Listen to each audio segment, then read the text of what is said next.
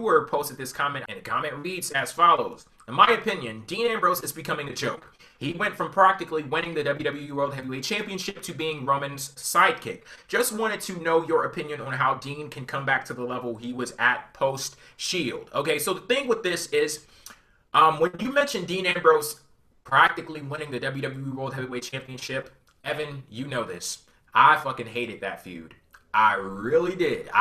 The matches, the interaction between Dean Ambrose and Seth Rollins, like if you're saying you want that Dean Ambrose back, then I'm selling that. I don't want that Dean Ambrose back. I don't want that Dean Ambrose back at all, because that was WWE forcing Dean Ambrose to the top of the card and make this BS status as #1 contender. What I like to see in wrestlers on WWE's roster, I like to see them work their way up the ranks, and you hit those milestones on the way there. I don't want to see somebody just shot to the top and is a #1 contender for the championship. And back then, they were doing the way that they built up Dean Ambrose was mentioning Stone Cold every goddamn second. Oh, Stone Cold, Dean Ambrose. Oh, doesn't he remind you of Stone Cold? Or this guy, he's just like Stone Cold.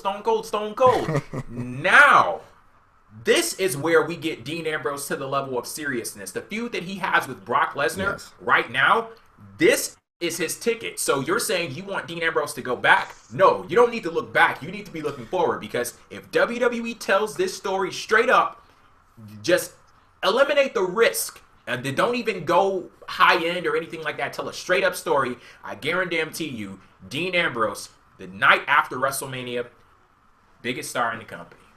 Oh, yeah. See, I think the same way in terms of right now is the best of Ambrose. I mean, when he was in the Shield, he was probably the guy that I saw with the most potential. And then the Shield broke up and things happened as they did. This is the best booking and the best of Ambrose this last month and a half.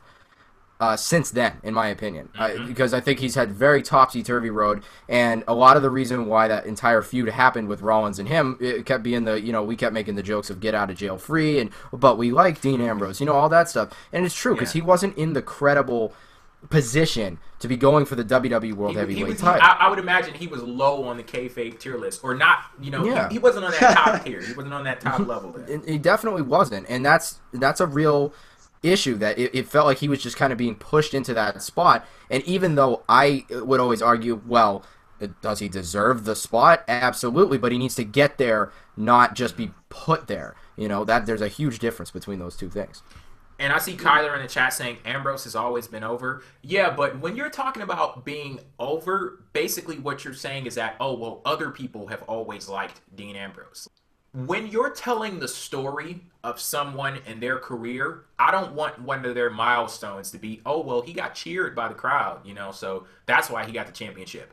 With all due respect, I don't give a damn if anybody likes a person. If I don't get a sense of your journey, if I'm not invested in that journey, you being over, that does absolutely nothing for me. If they're liked by the crowd and they're over, WWE needs to put that stamp of approval on them, the way in which they did it with Daniel Bryan. That's what I hate when people say, oh, well, Triple H didn't put Daniel Bryan over. Daniel Bryan was already over. Daniel Bryan was over with the crowd, but WWE harnessed all of that energy, all of that hype surrounding Daniel Bryan, and they transformed it into a storyline. And that's what matters, what we actually see on screen and the stories that they tell. This is WWE doing that exact same thing in a very different way with Dean Ambrose, and this is it. Like, I'm telling you guys, this is Dean Ambrose's ticket right here. We have to accept, the Dean Ambrose character as he currently is, because if you were to revert back, he's facing the criticisms that Roman Reigns has been facing for the past year, in that you're just shoehorning him into the main event for the purposes of putting a new face out there. So I wouldn't want post-Shield Ambrose. I want to ride the crest of the wave of the popularity that the character faces as they go on this journey. And right now, facing Lesnar, whether he wins or loses, Ambrose is going to come out better because of it. He's going to look more credible. Yes. And for that reason, I would want current Dean Ambrose. So I enjoy that he's standing up to authority. I enjoy that he's got the crowd on his side, not just because he's a new face, but because he warrants having the crowd on his side, because he's somebody we can get behind as both a face and a heel. And so don't even go back to that old Dean Ambrose. That guy has been and gone. You need to be looking forward. You need to be forward looking. You need to do what the WWE creative team doesn't do and look forward. We got a comment in the chat right now saying, so you're discrediting someone's proven charisma based on the fact that you don't have a personal connection to him? Hell yeah, that's exactly what I'm doing. Because let me reiterate what I said. If you get into a situation where the crowd likes someone, simply liking someone isn't enough to make you a credible contender for the world championship. People try to do that same shit with Cesaro when he had those few matches on Monday Night Raw with John Cena. They started talking about moving him up to the world championship. And I'm like, hold on, pump the brakes. Like, the guy is good, but that goodness needs to be validated via storyline on WWE TV.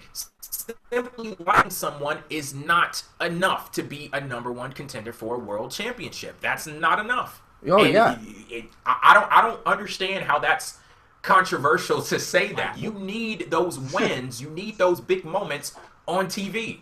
Brock Lesnar, that's a big moment for Dean Ambrose.